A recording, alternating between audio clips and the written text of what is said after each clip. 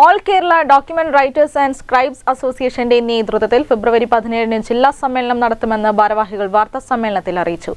ആധാരം എഴുത്തുകാരുടെ ന്യായമായ അവകാശങ്ങൾ നേടിയെടുക്കുന്നതിനും നേടിയെടുത്തവ സംരക്ഷിക്കുന്നതിനുമുള്ള ശക്തമായ ഇടപെടലുകൾ നടത്തണമെന്നും സമ്മേളനത്തിൽ ആവശ്യമുന്നയിക്കും.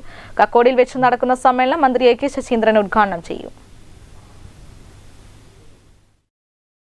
കാലങ്ങളായി സർക്കാരും രജിസ്ട്രേഷൻ വകുപ്പും നടപ്പിലാക്കുന്ന നിയമങ്ങൾക്കും ചട്ടങ്ങൾക്കും വിധേയമായി പൊതുജനങ്ങൾക്ക് ആധാരമെഴുതി ഉപജീവനം നയിക്കുന്ന തൊഴിലാളികളുടെ ക്ഷേമത്തിനും ഉന്നമനത്തിനും വേണ്ടി പ്രവർത്തിക്കുന്ന ആധാരമെഴുത്തുകാരുടെ ഏക തൊഴിൽ സംഘടനയാണ് all Kerala document writers and scribes association. 2009 September മാസം ആധാരമെഴുത്തുകാരുടെ ഫീസ് പട്ടിക പുതുക്കി നിശ്ചയിച്ചതിനു ശേഷം നാളിതുവരെയായി ഒരു വർധനവും ഈ മേഖലയിൽ ഉണ്ടായിട്ടില്ല. വർദ്ധിച്ചുവരുന്ന ജീവിത സാഹചര്യത്തിൽ എഴുത്തു ഫീസ് പട്ടിക കാലാനുസൃതമായി വർദ്ധിപ്പിക്കാത്തതിനാൽ ജീവിതഭാരം വീണ്ടും വർദ്ധിപ്പിക്കുകയാണ്.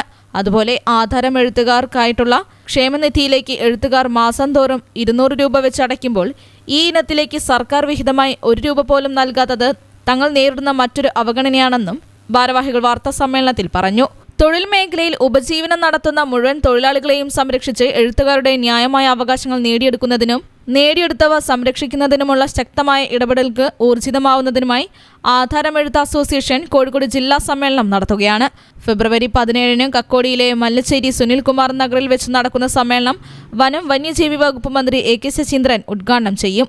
സമ്മേളനത്തിൽ MLA advocate K M Sachin Dev മുഖ്യാതിഥിയാകും. വാർത്താ സമ്മേളനത്തിൽ general convener K Sunilkumar, chairman Manoj Cheekkappatta, president MK Anilkumar തുടങ്ങിയവർ സംബന്ധിച്ചു.